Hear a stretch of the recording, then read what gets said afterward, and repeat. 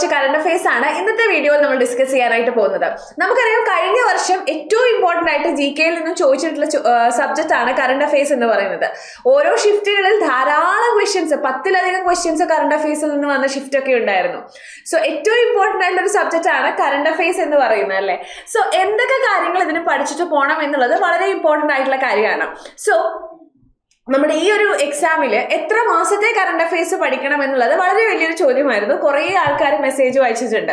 So അതായത് നമുക്കിപ്പോൾ August മാസത്തിലാണ് എക്സാം വരാൻ പോകുന്നത് അല്ലേ. സോ ജൂലൈ സ്കിപ്പ് ചെയ്തിട്ട് നമുക്ക് ജൂൺ വരെയുള്ള കറണ്ട് അഫയേഴ്സ് പഠിക്കണം. സോ 2025 ജൂൺ മുതൽ ഈ വർഷം ജൂൺ വരെയുള്ള കറണ്ട് അഫയേഴ്സ് മെയിൻലി നോക്കി പോകുന്നത് വളരെ നന്നായിരിക്കും. ഓക്കെ, അപ്പൊ ഇതിൽ തന്നെ നമ്മൾ യൂഷ്വലി നോക്കുന്ന നാഷണൽ ന്യൂസ്, സ്റ്റേറ്റ് ന്യൂസ്, പിന്നെ നമ്മുടെ awards, appointments, books and authors, ഇതിനൊക്കെ തന്നെ ഇമ്പോർട്ടൻസ് കൊടുത്ത് നോക്കാം. ഡിഫൻസ് റിലേറ്റഡ് ആയിട്ടുള്ള ന്യൂസ്, റാങ്ക്സ് ആൻഡ് ഇൻഡെക്സ്, ഇതൊക്കെയും കഴിഞ്ഞ വർഷം ചോദിച്ചിട്ടുള്ള മേഖലകളാണ്. ഇതിന് തന്നെ സ്റ്റിക്ക് ഓൺ ചെയ്യുക. സ്പോർട്സ് ഞാൻ വിട്ടുപോയി, സ്പോർട്സ് വളരെ ഇമ്പോർട്ടൻ്റ് ആണ്. ഓക്കെ, സോ നമുക്ക് നമ്മുടെ കറണ്ട് അഫയേഴ്സിലേക്ക് പോവാം. സോ അതിനു മുന്നേ നിങ്ങൾക്ക് നിങ്ങളുടെ CA പ്രിപ്പറേഷൻ ബൂസ്റ്റ് ചെയ്യാനായിട്ടുള്ള ഏറ്റവും നമ്മുടെ പുതിയ ബാച്ചാണ് കറണ്ട് അഫയേഴ്സ് മാത്രം ഇൻക്ലൂഡ് ചെയ്തുകൊണ്ടുള്ള CA ഫോക്കസ് ബാച്ച് എന്ന് പറയുന്നത്. ഓൾറെഡി നമ്മുടെ CA ഫോക്കസ് ബാച്ച് റണ്ണിങ് ആയിരുന്നു 6 മാസത്തെ. കഴിഞ്ഞ വർഷം ഡിസംബർ 2025 മുതൽ മെയ് 2026 വരെയുള്ള കറണ്ട് അഫയേഴ്സ് ആയിരുന്നു ഫസ്റ്റ് ബാച്ചിൽ കവർ ചെയ്തിട്ടുള്ളത്. സോ അതിന്റെ തന്നെ എല്ലാ മന്തിലുമുള്ള ടെസ്റ്റും പോയിക്കൊണ്ടിട്ടുണ്ടായിരുന്നു. സോ ഈ CA ഫോക്കസ് ബാച്ച് 2.0 ജൂൺ മാസം മുതൽ, ജൂൺ 2026 മുതൽ ഡിസംബർ 2026 വരെയുള്ള കറണ്ട് അഫയേഴ്സ് ആണ് കവർ ചെയ്യുന്നത്. അതിന്റെ കൂട്ടത്തിൽ PDF നോട്ടുകളും അത് കൂടാതെ തന്നെ MCQ ടെസ്റ്റും അവൈലബിൾ ആയിരിക്കും. ഇതൊന്നും കൂടാതെ കഴിഞ്ഞ ബാച്ചിന്റെ കംപ്ലീറ്റ് റെക്കോർഡഡ് വീഡിയോസും ടെസ്റ്റും ഈ ബാച്ചിലും അവൈലബിൾ ആയിരിക്കും. സോ വെറും 499 രൂപയ്ക്ക് ഒരു വർഷത്തെ കറണ്ട് അഫയേഴ്സ്, അതിന്റെ MCQ ടെസ്റ്റുകൾ, നോട്ടുകൾ, ഇതാണ് നിങ്ങൾക്ക് ലഭിക്കാനായിട്ട് പോകുന്നത്. നമ്മുടെ ക്ലാസ്സുകൾ ഡിഫറെന്റ് ടോപ്പിക് ആയിട്ടായിരിക്കും ഉണ്ടായിരിക്കുക. ഓരോ ടോപ്പിക് വൈസ് ഡീറ്റെയിൽ ആയിട്ട് നിങ്ങൾക്ക് ഓരോ മാസത്തെ കറണ്ട് അഫയേഴ്സും പഠിപ്പിച്ചു തരുന്നതാണ്. ഓക്കെ, അപ്പൊ CA പ്രിപ്പറേഷൻ ഏറ്റവും എഫക്റ്റീവ് ആയിട്ടുള്ള രീതിയിൽ ചെയ്യാനാണ് നിങ്ങൾ ആഗ്രഹിക്കുന്നതെങ്കിൽ നമ്മുടെ CA ഫോക്കസ് ബാച്ചിലേക്ക് ജോയിൻ ചെയ്യുക. ഓക്കെ, സോ ഇളയരാജ, നമുക്ക് അവാർഡ്സിലേക്ക് പോകട്ടെ. അതായത് നമ്മൾ അവാർഡ്സ് ആണ് ഫസ്റ്റ് സെഷനിൽ ഡിസ്കസ് ചെയ്യുന്നത്, പ്രധാനപ്പെട്ട അവാർഡുകൾ. So Ilaiyaraaja to be honoured Padmapani award 11th Ajanta Ellora international film ഫെസ്റ്റിവലിൽ വെച്ചിട്ടാണ് പത്മപാണി അവാർഡുകൾ കൊടുത്തിട്ടുണ്ടായിരുന്നത്. സോ ഇപ്രാവശ്യത്തെ പത്മപാണി അവാർഡ് ലഭിച്ചിട്ടുള്ളത് ആർക്കാണ്? മ്യൂസിക് കമ്പോസർ ഇളയരാജയ്ക്കാണ്. ഇന്ത്യൻ സിനിമയിലേക്കുള്ള കോൺട്രിബ്യൂഷനാണ് ഇളയരാജയ്ക്ക് പത്മപാണി അവാർഡ് ലഭിച്ചിട്ടുള്ളത്. നെക്സ്റ്റ്, ഗോൾഡൻ ഗ്ലോബ് പുരസ്കാരങ്ങൾ പ്രഖ്യാപിച്ചിട്ടുണ്ടായിരുന്നു. കഴിഞ്ഞ വർഷം ശരിക്കും അവാർഡ്സിൽ നിന്നും സിനിമ റിലേറ്റഡ് ആയിട്ടുള്ള ധാരാളം അവാർഡുകൾ എക്സാമിന് ചോദിച്ചിട്ടുണ്ട്. സോ ഓസ്കാറും ബാഫ്തയും ഗോൾഡൻ ഗ്ലോബും ഒന്നും മറക്കാതെ നോക്കി പോവുക. Okay, so golden globe 2026 best motion picture, നമുക്കറിയാം ഗോൾഡൻ ഗ്ലോബ് ആയതുകൊണ്ട് തന്നെ best motion picture drama, best motion picture musical or comedy, best motion picture animated, അങ്ങനെ ഡിഫറെന്റ് കാറ്റഗറിയിൽ അവാർഡുകൾ കൊടുക്കാറുണ്ട്. This is best motion picture drama. Hamlet ആണ് best motion picture drama എന്ന് പറയുന്നത്. ഹാംലെറ്റ് ആണ് ബെസ്റ്റ് മോഷൻ പിക്ചർ ഡ്രാമ.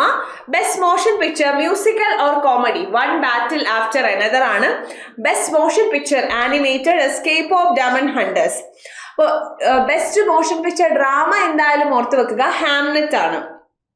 ഇനി best actress in motion picture drama Jessie Buckley ആണ്. അപ്പോൾ ഓരോന്നും കൃത്യമായിട്ട് വായിച്ചു നോക്കുക. ഇതിന്റെ നോട്ട് എന്റെ ടെലിഗ്രാം ഗ്രൂപ്പിൽ അവൈലബിൾ ആയിരിക്കും, കറണ്ട് അഫയേഴ്സ് വിത്ത് അനു എന്ന് പറയുന്ന ടെലിഗ്രാം ഗ്രൂപ്പിൽ. സോ അത് ഒന്നെടുത്ത് വായിച്ചു നോക്കുക. Okay, next, Veerabhadran Ramanathan.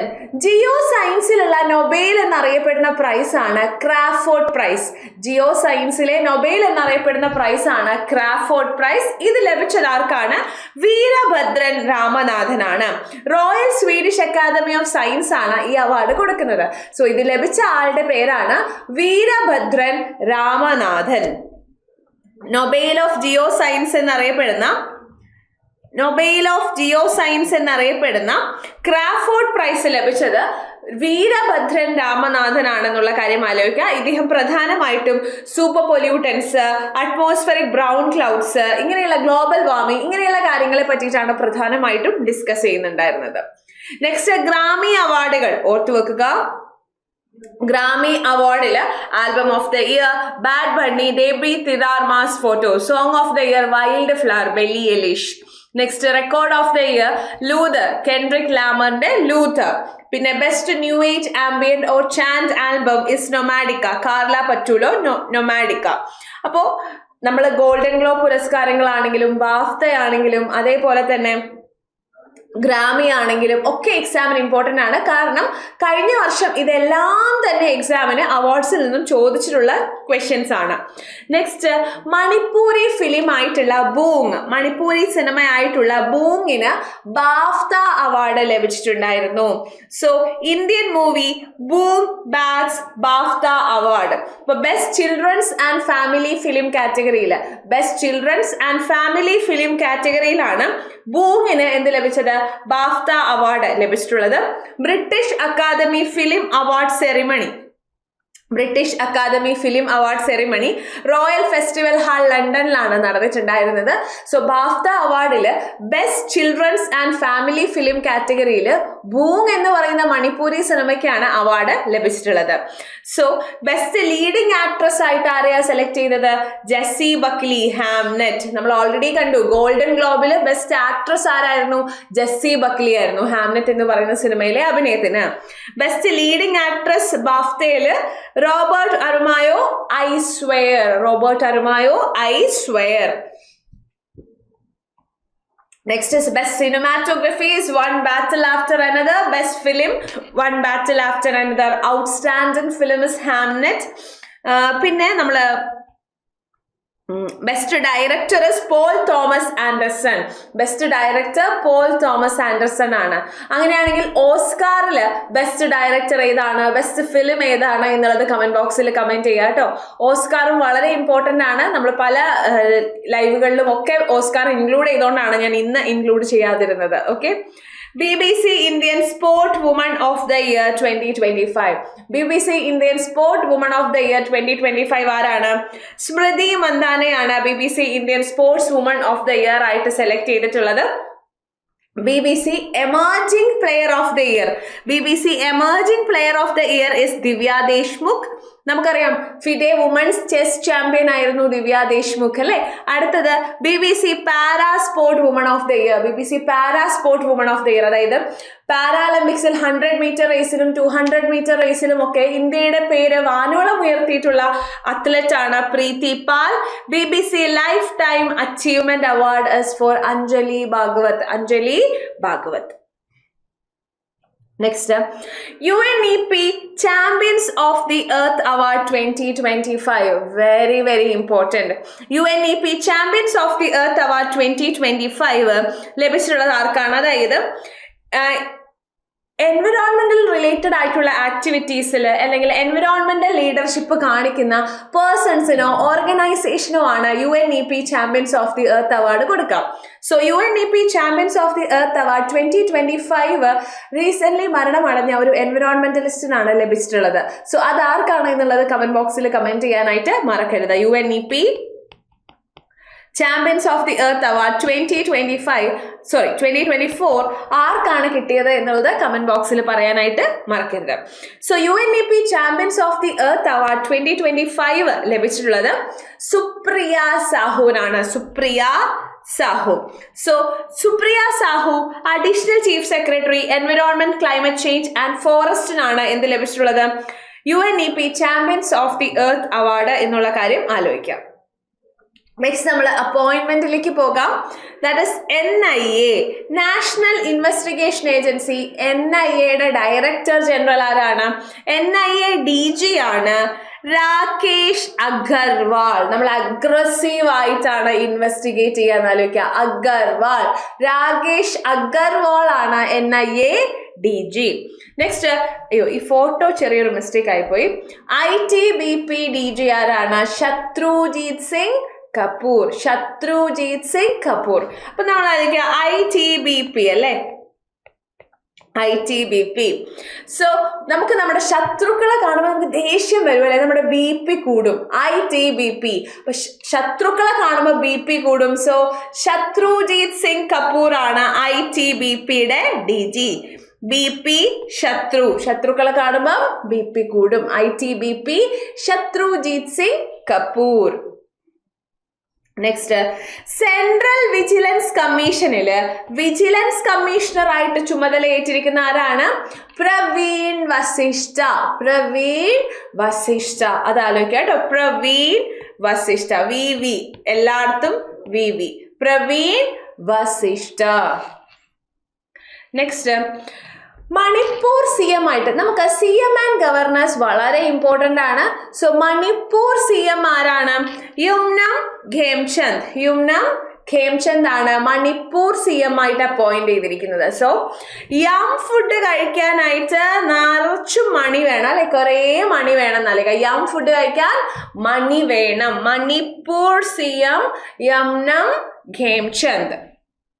അപ്പോൾ ഈ മണിപ്പൂരിൽ ആദ്യമായിട്ടാണ് ഒരു വനിതാ ഡെപ്യൂട്ടി CM അപ്പോയിന്റ് ആവുന്നത്. സോ നിംച കിപ്ഗൻ ആണ് മണിപ്പൂരിലുള്ള ഇപ്പോഴത്തെ വനിതാ ഡെപ്യൂട്ടി CM.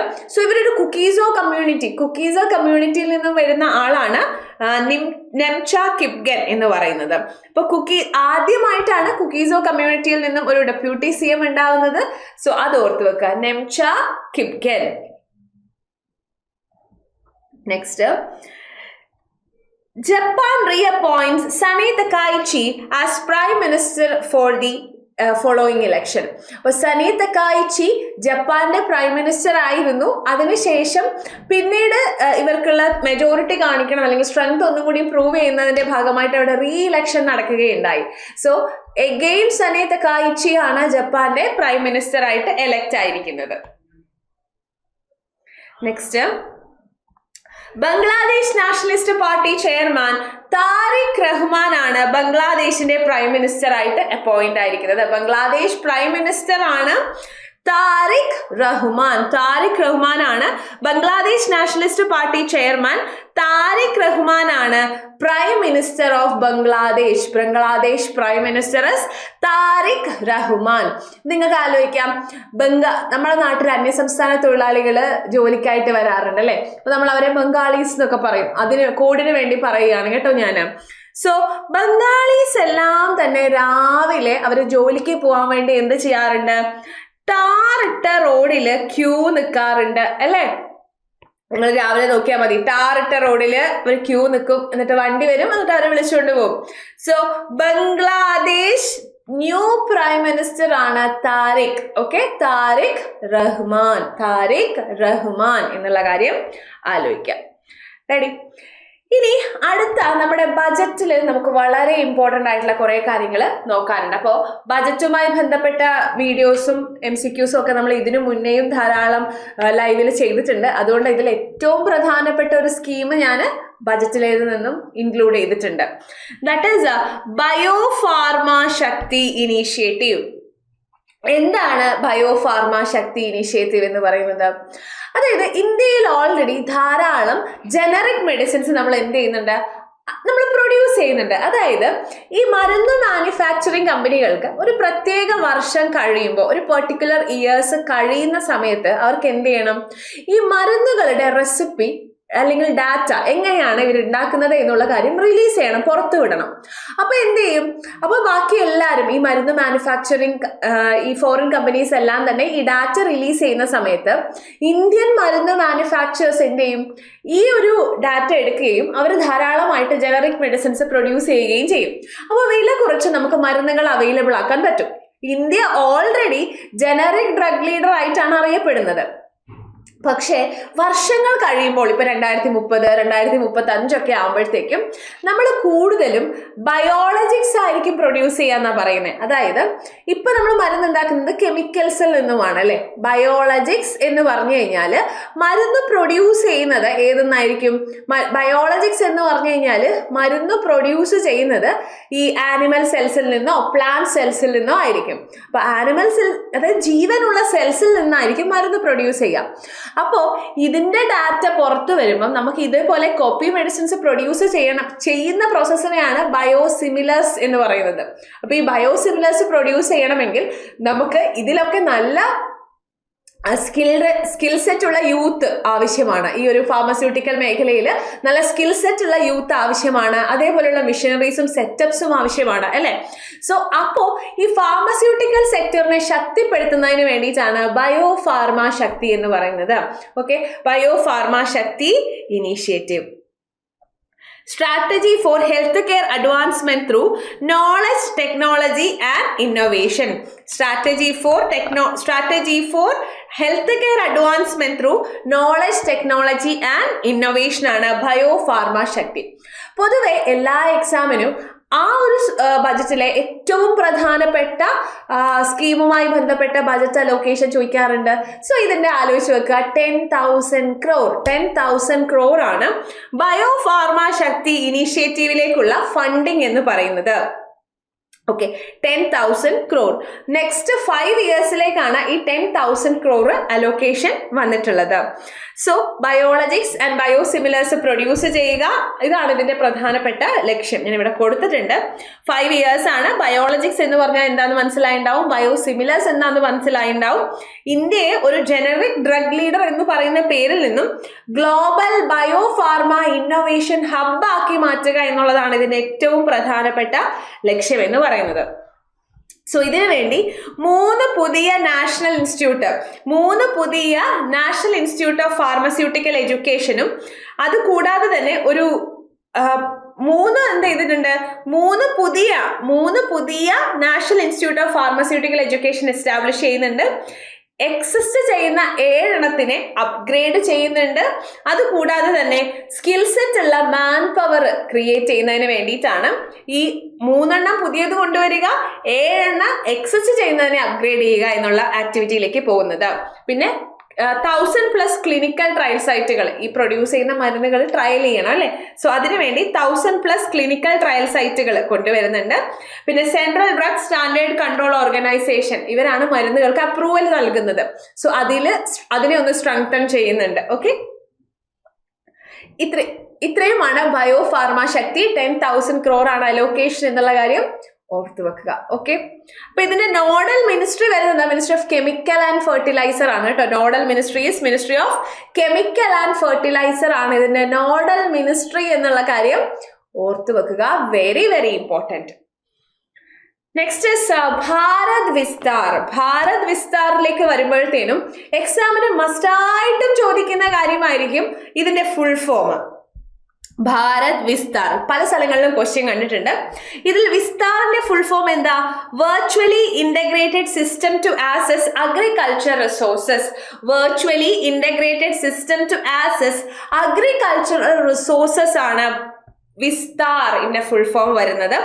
അതായത് ഇത് AI പവേർഡ് ആയിട്ടുള്ള ഒരു ഇനീഷ്യേഷൻ ആണ്. അതായത് കർഷകർക്ക് കൃഷി റിലേറ്റഡ് ആയിട്ടുള്ള അഗ്രികൾച്ചർ റിലേറ്റഡ് ആയിട്ടുള്ള എന്തെങ്കിലും ഡൗട്ട് ഉണ്ടെങ്കിൽ അത് ഡയറക്റ്റ് ആയിട്ട് ഈ AI-യുടെ അടുത്ത് ചോദിച്ച് സോൾവ് ചെയ്യാവുന്നതാണ്.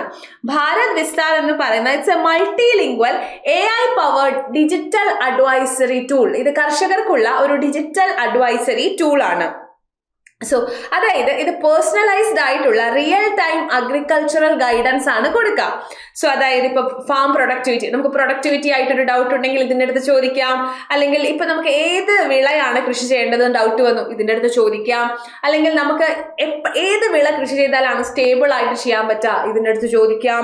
റിസ്ക് എങ്ങനെയാ മാനേജ് ചെയ്യാന്ന് ചോദിക്കാം. അതായത് നമുക്ക് എന്തെങ്കിലും ഡൗട്ട്സ് ആൻഡ് കൺസേൺസ് ഉണ്ടെങ്കിൽ പ്രോപ്പർ ആയിട്ട് ഈ ചാറ്റ് ബോർഡിന്റെ അടുത്ത് ചോദിച്ച് നമുക്ക് ക്ലിയർ ചെയ്ത് മുന്നോട്ട് പോകാനായിട്ട് സാധിക്കും.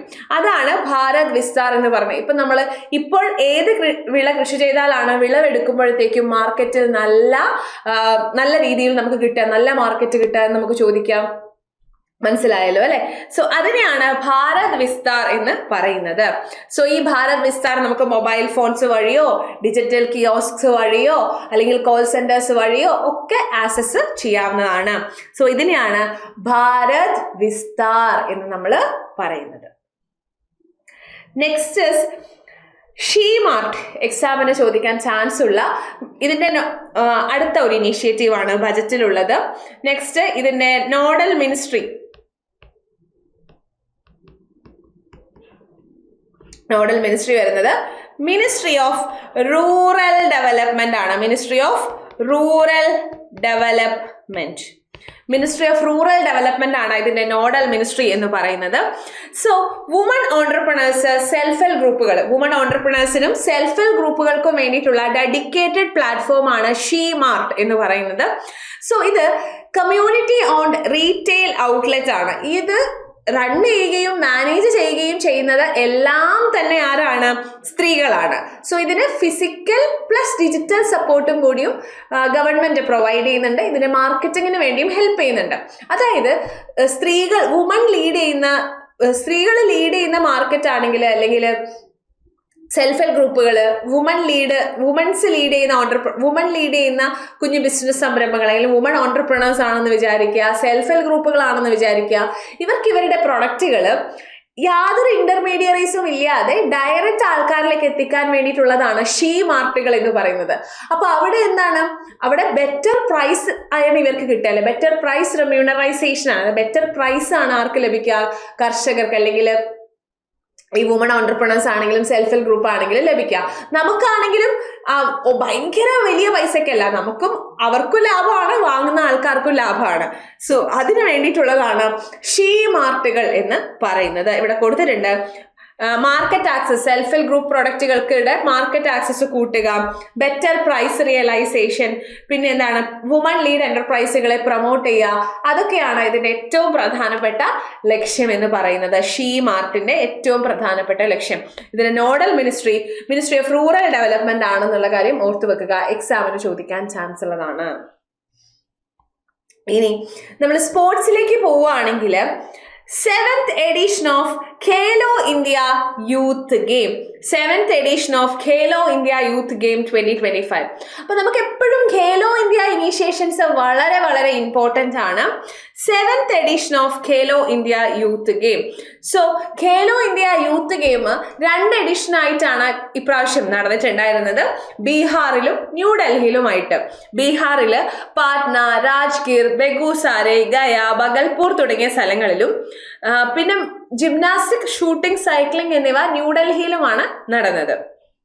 ഇതില് മസ്കോട്ടിന്റെ പേരാണ് ഗജസിംഹ. മസ്കോട്ടിന്റെ പേര് ഗജസിംഹ എന്നാണ്. ഇതൊരു 12 ഡേ ഇവന്റ്സ് ആണ്. 27 സ്പോർട്ട് ഇവന്റുകളിലായിട്ട് 12 ദിവസം നീണ്ടു നിന്ന ഇവന്റ് ആയിരുന്നു. 285 ഗോൾഡ് മെഡൽസ് ആണ് കൊടുത്തിട്ടുണ്ടായിരുന്നത്. ടോട്ടൽ അവാർഡ് ചെയ്തിട്ടുണ്ടായിരുന്നത് 285 ഗോൾഡ് മെഡൽസ് ആണ്. So 7th edition of Khelo India youth game നടന്നത് 2 സ്ഥലങ്ങളിലായിട്ടാണെന്നുള്ള കാര്യം ഓർത്തു വെക്കാം. മസ്കോട്ടിന്റെ പേരെന്താണ്? ഗജസിംഹ. ഗജസിംഹ. ഇനി ഇത് ഏറ്റവും ബെസ്റ്റ് ആയിട്ട് പെർഫോം ചെയ്ത സ്റ്റേറ്റ് ഏതാണ്? ടോപ്പ് പെർഫോമിംഗ് സ്റ്റേറ്റിൽ വരുന്നതാണ് മഹാരാഷ്ട്ര. മഹാരാഷ്ട്രയ്ക്ക് ടോട്ടൽ 158 മെഡൽസ് ആണ് ലഭിച്ചത്. അതിൽ 58 എണ്ണം ഗോൾഡും 47 എണ്ണം സിൽവറും 53 എണ്ണം ബ്രോൺസുമാണ് ലഭിച്ചത്. 58 ഗോൾഡ്, 47 സിൽവർ ആൻഡ് 53 ബ്രോൺസ് ആണ് മഹാരാഷ്ട്രയ്ക്ക് ലഭിച്ചത്.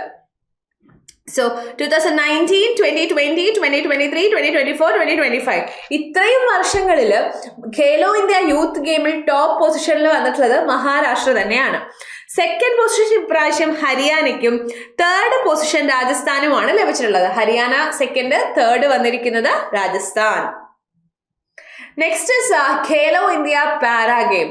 ഖേലോ ഇന്ത്യ പാരാ ഗെയിമിന്റെ മസ്കോട്ടിന്റെ പേരെന്താണ്? ഉജ്ജ്വല എന്നാണ്. ഇതാണ് ഉജ്ജ്വലയാണ് ഖേലോ ഇന്ത്യ പാരാ ഗെയിമിന്റെ മസ്കോട്ടിന്റെ പേര് ഉജ്ജ്വല. ന്യൂഡൽഹിയാണ് ഇതിന്റെ വെന്യൂ എന്ന് പറയുന്നത്. സോ പാരാ അത്ലറ്റുകൾക്ക് അവരുടെ അവരുടെ എല്ലാ വിധത്തിലുള്ള അത്ലറ്റിസോ അല്ലെങ്കിൽ അവരുടെ ഒരു കഴിവ് പുറത്തെടുക്കാൻ പറ്റുന്ന ഒരു വെന്യൂ ആണ് ഖേലോ ഇന്ത്യ പാരാ ഗെയിം എന്ന് പറയുന്നത്. ഖേലേങ്ക മേരാ ഇന്ത്യ, ജീത്തേങ്ക മേരാ ഇന്ത്യ എന്നുള്ളതാണ് ഇതിന്റെ സ്ലോഗൻ എന്ന് പറയുന്നത്.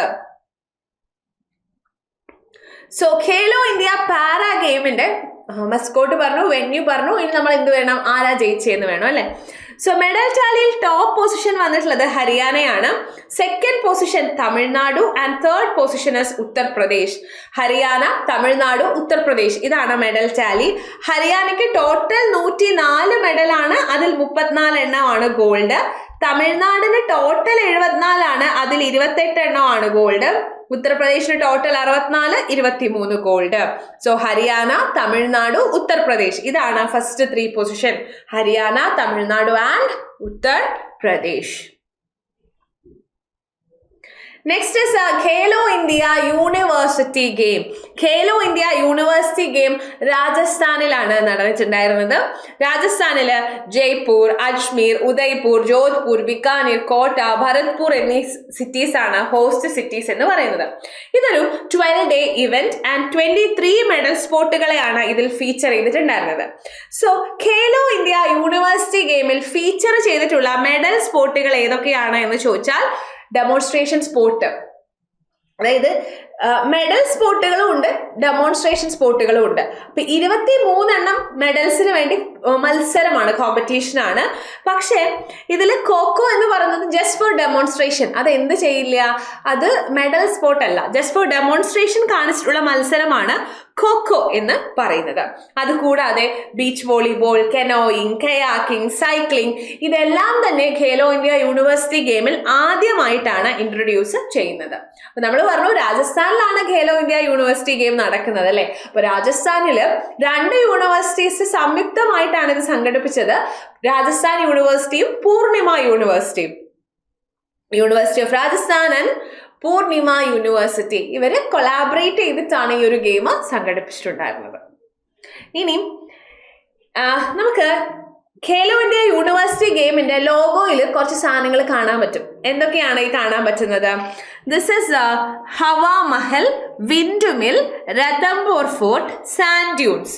പിന്നെ ഒരു പിങ്ക് കളർ പാലറ്റും യൂസ് ചെയ്തിരിക്കുന്നതായിട്ട് നമുക്ക് കാണാനായിട്ട് സാധിക്കും. Hawa Mahal, Ranthambore fort, sand dunes, windmill, പിന്നെ പിങ്ക് കളർ പാലറ്റ്. നമുക്കറിയാം ജയ്പൂരിനെ പിങ്ക് സിറ്റി എന്നാണ് വിളിക്കുന്നത് അല്ലെ. സോ പിങ്ക് കളർ നമുക്ക് കാണാനായിട്ട് സാധിക്കും. മസ്കോട്ടിന്റെ പേരെന്താണ്? കമ്മ ആൻഡ് ഘാനി. കമ്മ ഘാനിയാണ് മസ്കോട്ടിന്റെ പേര്, കമ്മ ആൻഡ് ഘാനി. കമ്മ എന്ന് പറഞ്ഞു കഴിഞ്ഞാൽ ക്യാമൽ ആണ്, ഒട്ടകം. രാജസ്ഥാനിൽ നമുക്കറിയാം കുറെ ഒട്ടകങ്ങൾ ഉണ്ടല്ലേ, that is A camel.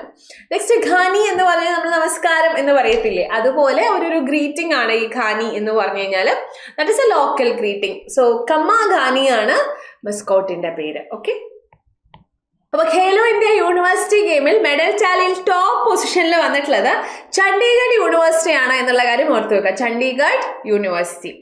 Next is നമ്മുടെ Khelo India water sport festival. Khelo India water sport festival 2025 Dal ലേക്കിലാണ് Khelo India water sport festival നടന്നിട്ടുണ്ടായിരുന്നത്. ഖേലോ ഇന്ത്യ വിന്റർ ഗെയിം ആണ് ഇതിനു മുന്നേ ജമ്മു കാശ്മീരിൽ നടന്നിട്ടുള്ളത് അല്ലെ. അടുത്ത ഗെയിമാണ് Khelo India water sport festival എന്ന് പറയുന്നത്. സോ കിങ് ഫിഷർ ആണ് ഇതിന്റെ മസ്കോട്ട്. 36 സ്റ്റേറ്റ് ആൻഡ് യൂണിയൻ ടെറിട്ടറീസിൽ നിന്നുള്ള പാർട്ടിസിപ്പേഷൻ ഉണ്ടായിരുന്നു. അപ്പൊ ഇതിൽ ഫസ്റ്റ് പൊസിഷൻ ആരാണ്?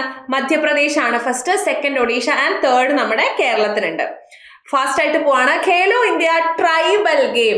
അതായത് Khelo India tribal game is very important. എക്സാമിന് ചോദിക്കാൻ നല്ല ചാൻസ് ഉള്ളതാണ് ഖേലോ ഇന്ത്യ ട്രൈബൽ ഗെയിം എന്ന് പറയുന്നത്. സോ ട്രൈബ്സിന് വേണ്ടി, ഇന്ത്യയിലെ ട്രൈബൽ കമ്മ്യൂണിറ്റിക്ക് വേണ്ടി ആദ്യമായി നടത്തുന്ന ഖേലോ ഇന്ത്യ ആണ് ഖേലോ ഇന്ത്യ ട്രൈബൽ ഗെയിം എന്ന് പറയുന്നത്. Host state is Chhattisgarh. ഛത്തീസ്ഗഡിലാണ് ഖേലോ ഇന്ത്യ ട്രൈബൽ ഗെയിമിന്റെ ഫസ്റ്റ് എഡിഷൻ നടക്കുന്നത്. സോ റായ്പൂർ, ജഗദൽപൂർ, സർഗൂജ എന്നീ സ്ഥലങ്ങളിലാണ് ഖേലോ ഇന്ത്യ ട്രൈബൽ ഗെയിം നടന്നിട്ടുണ്ടായിരുന്നത്. സോ അക്രോസ് ഇന്ത്യയിലുള്ള ട്രൈബൽ അത്ലറ്റിന് വേണ്ടിയിട്ടുള്ള ഫസ്റ്റ് ഗെയിമാണ് ഖേലോ ഇന്ത്യ ട്രൈബൽ ഗെയിം എന്ന് പറയുന്നത്. സോ ഇതില് 7 മെഡൽ സ്പോട്ടുകളും 2 ഡെമോൺസ്ട്രേഷൻ സ്പോട്ടുമാണ് ഉണ്ടായിരുന്നത്. നമ്മൾ പറഞ്ഞു ഖേലോ ഇന്ത്യ യൂണിവേഴ്സിറ്റി ഗെയിമിൽ ഒരു ഡെമോൺസ്ട്രേഷൻ സ്പോട്ടാണ് ഉണ്ടായിരുന്നത്, അതാണ് ഖോഖോ. ഇത് ഖേലോ ഇന്ത്യ ട്രൈബൽ ഗെയിമിൽ 2 ഡെമോൺസ്ട്രേഷൻ സ്പോട്ടാണ് ഉള്ളത്. That is Mallakhamb and kabaddi. Mallakhamb and kabaddi. അപ്പൊ ഈ മല്ലാക്കാമ്പും കബഡിയും ഓർത്തു വെക്കണം. So ministry of youth affairs and സ്പോർട്സിന്റെ അണ്ടറിലുള്ള ഖേലോ ഇന്ത്യ ഇനീഷ്യേറ്റീവിന്റെ ഭാഗമായി തന്നെയാണ് ഖേലോ ഇന്ത്യ ട്രൈബൽ ഗെയിമും നടക്കുന്നത്. മസ്കോട്ടിന്റെ പേരാണ് മോർ വീർ. മോർ എന്ന് പറഞ്ഞു കഴിഞ്ഞാൽ മൈൻ എന്നും വീർ എന്ന് പറഞ്ഞു കഴിഞ്ഞാൽ വീരൻ എന്നുമാണ്. സോ മോർ വീർ ആണ് മസ്കോട്ടിന്റെ പേര്. ടോപ്പ് പൊസിഷനിൽ വന്നിട്ടുള്ളത് കർണാടക, സെക്കൻഡ് പൊസിഷൻ ഒഡീഷ, ജാർഖണ്ഡിന് തേർഡ് പൊസിഷനാണ്. ഹോസ്റ്റ് ആയിട്ടുള്ള ഛത്തീസ്ഗഡിന് എത്രാമത്തെ പൊസിഷനാണ്? 9ാമത്തെ പൊസിഷനാണ്. Okay, next Khelo India winter game. Khelo India winter ഗെയിമും 2 ഭാഗമായിട്ടാണ് നടക്കുക. ഖേലോ ഇന്ത്യ വിന്റർ ഗെയിമിലും ഐസിലെ മത്സരങ്ങളും ഉണ്ട്, സ്നോയിലെ മത്സരങ്ങളും ഉണ്ട്. ഐസിൽ നടക്കുന്ന മത്സരങ്ങളാണെങ്കിൽ ലേ ലഡാക്കിലും സ്നോയിൽ നടക്കുന്ന മത്സരങ്ങളാണെങ്കിൽ ജമ്മു ആൻഡ് കാശ്മീരിലുമാണ് നടക്കുക. ഓക്കെ, അപ്പൊ ഖേലോ ഇന്ത്യ വിന്റർ ഗെയിമിൽ ടോപ്പ് പൊസിഷൻ ഞാനിപ്പോ പറഞ്ഞ കാര്യങ്ങളൊക്കെ ഇവിടെ ഉണ്ട് കേട്ടോ. ഐസ് സ്പോർട്സ് എന്ന് പറയുമ്പോൾ ഐസ് ഹോക്കി, ഐസ് സ്കേറ്റിംഗ് പോലെയുള്ള മത്സരങ്ങള്. സ്നോയിലുള്ളതാണെങ്കിൽ ഇപ്പോൾ ആൽപൈൻ സ്കീയിങ്, സ്കീ മൗണ്ടനറിങ് അങ്ങനെയുള്ള സ്നോയിലുള്ള മത്സരങ്ങൾ. നെക്സ്റ്റ് മസ്കോട്ടിന്റെ പേര് ഷീൻ ഇ ഷി ഓർ ഷാൻ എന്നാണ്. സ്നോ ലെപ്പേർഡ് ആണ് മസ്കോട്ട്. ഓക്കെ, അപ്പൊ Indian army top position, second position Himachal Pradesh, third position is Haryana. Army, Himachal Pradesh and ഹരിയാനയാണ് ഫസ്റ്റ് 3 പൊസിഷൻ വരുന്നത്. Next is Khelo India beach game 2026. ദിയുവിലാണ് ഖേലോ ഇന്ത്യ ബീച്ച് ഗെയിം നടന്നിട്ടുണ്ടായിരുന്നത്. ഖേൽ കെ സിത്താരെ ദിയു കെ കിനാരെ എന്നുള്ളതാണ് മസ്കോട്ട് സ്ലോഗൻ എന്ന് പറയുന്നത്. ഗോഗില ബീച്ച് ദിയുവിലാണ് ഖേലോ ഇന്ത്യ ബീച്ച് ഗെയിം നടന്നിട്ടുണ്ടായിരുന്നത്. 25 സ്റ്റേറ്റ്സ് ആൻഡ് 6 യൂണിയൻ ടെറിട്ടറീസിൽ നിന്നുമുള്ള പാർട്ടിസിപ്പൻസ് ഉണ്ടായിരുന്നു. Beach soccer, beach volleyball, beach sepak takraw, beach kabaddi, beach pencak silat, open water swimming, അങ്ങനെ കുറേ അധികം മത്സരങ്ങൾ ഖേലോ ഇന്ത്യ ബീച്ച് ഗെയിമിൽ ഉണ്ടായിരുന്നു. Mallakhamb and tug of war, Mallakhamb and നമ്മുടെ വടംവലി തഗ് ഓഫ് വാർ ആയിരുന്നു ഇപ്രാവശ്യത്തെ ഖേലോ ഇന്ത്യ ബീച്ച് ഗെയിമിലുള്ള ഡെമോൺസ്ട്രേഷൻ സ്പോർട്സ് എന്ന് പറയുന്നത്. സോ ഖേലോ ഇന്ത്യ ബീച്ച് ഗെയിമില് മെഡൽ ടാലിയിൽ ടോപ്പ് പൊസിഷൻ ആരാണ്? മെഡൽ ടാലിയിൽ ടോപ്പ് പൊസിഷൻ വന്നത് കർണാടക, സെക്കൻഡ് തമിഴ്നാടു, തേർഡ് മണിപ്പൂരാണ്. ഇതിന്റെ മസ്കോട്ടിന്റെ പേരാണ് പേൾ എന്ന പേരായിട്ടുള്ള ഡോൾഫിൻ. പേൾ എന്ന പേരുള്ള ഡോൾഫിൻ. Next Khelo India. അങ്ങനെ നമ്മുടെ ഖേലോ ഇന്ത്യ മത്സരങ്ങൾ അവസാനിച്ചു. നെക്സ്റ്റ് നമ്മുടെ രഞ്ജി ട്രോഫി ഫൈനൽ, അതായത് 67 ഇയേഴ്സിന് ശേഷം ആദ്യമായിട്ടാണ് ജമ്മു കാശ്മീരിന് എന്ത് ലഭിക്കുന്നത്? രഞ്ജി ട്രോഫി ലഭിക്കുന്നത് എന്നുള്ള കാര്യം ആലോചിക്കുക. പിന്നെ ICC men's T20 world cup ഇന്ത്യയാണ് ജയിച്ചിട്ടുണ്ടായിരുന്നത്. ന്യൂസിലൻഡിനെ 96 റൺസിന് തോൽപ്പിച്ചുകൊണ്ടാണ് ഇന്ത്യ എന്ത് ചെയ്തിട്ടുണ്ടായിരുന്നത്? ICC men's T20 world cup നേടിയിട്ടുണ്ടായിരുന്നത്. സോ ജസ്പ്രീത് ബുംറയാണ് player of the match. Sanju Samson is player of the tournament. അപ്പോ തുടർച്ചയായി 2 തവണ T20 വേൾഡ് കപ്പ് നേടുന്ന രാജ്യമായി ഇന്ത്യ മാറിയിരിക്കുകയാണ്. അതുകൂടാതെ തന്നെ ആദ്യമായിട്ടാണ് ഒരു ഹോസ്റ്റ് നേഷൻ T20 നേടുന്നത്. അതും കൂടിയും ഇന്ത്യ തന്നെയാണ്. നെക്സ്റ്റ് സയ്യിദ് മുസ്തഖ് അലി ട്രോഫി 2025 ജാർഖണ്ഡ് ആണ് നേടിയത് എന്നുള്ള കാര്യം ആലോചിക്കുക. സയ്യിദ് മുസ്തഖ് അലി ട്രോഫി 2025 ജാർഖണ്ഡ് ആണ് നേടിയത്. ആദ്യമായിട്ടാണ് ജാർഖണ്ഡ് ഇത് നേടുന്നത്. വിജയ് ഹസാരെ ട്രോഫി ആദ്യമായിട്ടാണ് വിജയ് ഹസാരെ ട്രോഫി വിദർഭ നേടുന്നത്. സൗരാഷ്ട്രയെ ഡിഫീറ്റ് ചെയ്തുകൊണ്ടാണ് വിജയ് ഹസാരെ ട്രോഫി വിദർഭ വിന്നർ ആവുന്നത്. അടുത്ത നമ്മുടെ കുറച്ച് നാഷണൽ ന്യൂസുകളാണ്. So ministry of statistics and programme implementation പുതിയ ലോഗോ റിലീസ് ചെയ്തിട്ടുണ്ടായിരുന്നു. ഡാറ്റ ഫോർ ഡെവലപ്മെന്റ് എന്നുള്ളതാണ് തീം. ഇതിന്റെ മസ്കോട്ടിന്റെ പേരെന്താണ്? മസ്കോട്ടിന്റെ പേരാണ് സാംഖിക് കേട്ടോ. Ministry of statistics and programme ഇംപ്ലിമെന്റേഷന്റെ മസ്കോട്ടിന്റെ പേര് സാംഖിക് എന്നാണ്. ഡാറ്റ ഫോർ ഡെവലപ്മെന്റ് എന്നുള്ളതാണ് ലോഗോയുടെ തീം. ലോഗോ സ്ലൈഡിൽ തന്നെ ആഡ് ചെയ്തിട്ടുണ്ട്. Next is A beating retreat ceremony. Beating retreat ceremony എന്ന് പറഞ്ഞു കഴിഞ്ഞാല് നമ്മുടെ റിപ്പബ്ലിക് ഡേ ജനുവരി 26-നാണ് അല്ലെ. ഇപ്പൊ റിപ്പബ്ലിക് ഡേയുമായി ബന്ധപ്പെട്ട കംപ്ലീറ്റ് കാര്യങ്ങളുടെ ഒരു സെപ്പറേറ്റ് വീഡിയോ ഈ ചാനലിൽ കിടപ്പുണ്ട്. അതെല്ലാവരും കണ്ടു നോക്കുക കേട്ടോ. വീണ്ടും ഞാൻ റിപ്പബ്ലിക് ഡേ പറയുന്നില്ല, വളരെ ഇമ്പോർട്ടന്റ് ആണ്. റിപ്പബ്ലിക് ഡേയുടെ ചീഫ് ഗസ്റ്റ്, ടാബ്ല്യൂ, പിന്നെ ഫ്ലാഗ് അൺഫേൾ ചെയ്തത് ആരാണ്, അങ്ങനെ കുറെ ന്യൂസുകളുണ്ട്. അതെല്ലാം തന്നെ ഒരു വീഡിയോ റിപ്പബ്ലിക് ഡേ 2026 നമ്മുടെ ഈ ചാനലിൽ തന്നെ കിടപ്പുണ്ട്. ആ വീഡിയോ ഒന്ന് എടുത്ത് കാണാം. ബീറ്റിംഗ് റിട്രീറ്റ് സെറിമണി എന്ന് പറഞ്ഞു കഴിഞ്ഞാൽ റിപ്പബ്ലിക് ഡേ പരിപാടികൾ ജനുവരി 26-ന് സ്റ്റാർട്ട് ചെയ്യും, ജനുവരി 29-ന് എൻഡ് ചെയ്യും. സോ അതിന്റെ ഇടയിൽ നടത്തുന്ന ആർമിയുടെയും നേവിയുടെയും എയർഫോഴ്സിന്റെ ഒക്കെ ഓഫീസേഴ്സിന്റെ എല്ലാം ഉള്ള മ്യൂസിക്കൽ പെർഫോമൻസും അങ്ങനത്തെ അവരുടെ പെർഫോമൻസ് ഇൻക്ലൂഡ് ചെയ്തിട്ടുള്ള പരിപാടിയാണ് മീറ്റിംഗ് റിട്രീറ്റ് സെറിമണി എന്ന് പറയുന്നത്. ഈ ഒരു പരിപാടി പ്രിസൈഡ് ചെയ്യുന്നത് പ്രസിഡന്റ് ഓഫ് ഇന്ത്യ ആണ്. പിന്നെ ഇതിൽ നിന്നും ചോദിക്കാൻ ചാൻസ് ഉള്ളൊരു കാര്യമാണ് മീറ്റിംഗ് റിട്രീറ്റ് സെറിമണിയുടെ പ്രിൻസിപ്പൽ കണ്ടക്ടർ ആരാണ് എന്നുള്ളത്. അപ്പൊ മീറ്റിംഗ് റിട്രീറ്റ് സെറിമണിയുടെ പ്രിൻസിപ്പൽ കണ്ടക്ടർ ആണ് ലമാ പോക്പാം റൂപ്ചന്ദ് സിംഗ്. ലമാ പോക്പാം റൂപ്ചന്ദ് സിംഗ് ആണ് മീറ്റിംഗ് റിട്രീറ്റ് സെറിമണിയുടെ പ്രിൻസിപ്പൽ കണ്ടക്ടർ എന്ന് പറയുന്നത്. Next, ministry of woman and child development recent launch ചെയ്തിട്ടുള്ള ഒരു ഇനീഷ്യേഷൻ ആണ്, ഒരു പോർട്ടലാണ്, ഡിജിറ്റൽ പോർട്ടലാണ് പങ്കുടി എന്ന് പറഞ്ഞു കഴിഞ്ഞാൽ. സോ അതായത് ധാരാളം കോർപ്പറേറ്റ് കമ്പനികൾ അവരുടെ കോർപ്പറേറ്റ് സോഷ്യൽ റെസ്പോൺസിബിലിറ്റി മെയിൻറ്റെയിൻ ചെയ്യാനായിട്ട് വുമൺ ആൻഡ് ചൈൽഡ് ഡെവലപ്മെന്റിന് വേണ്ടിയിട്ടുള്ള ഫണ്ടിങ് പ്രൊവൈഡ് ചെയ്യുന്നുണ്ട് അല്ലേ.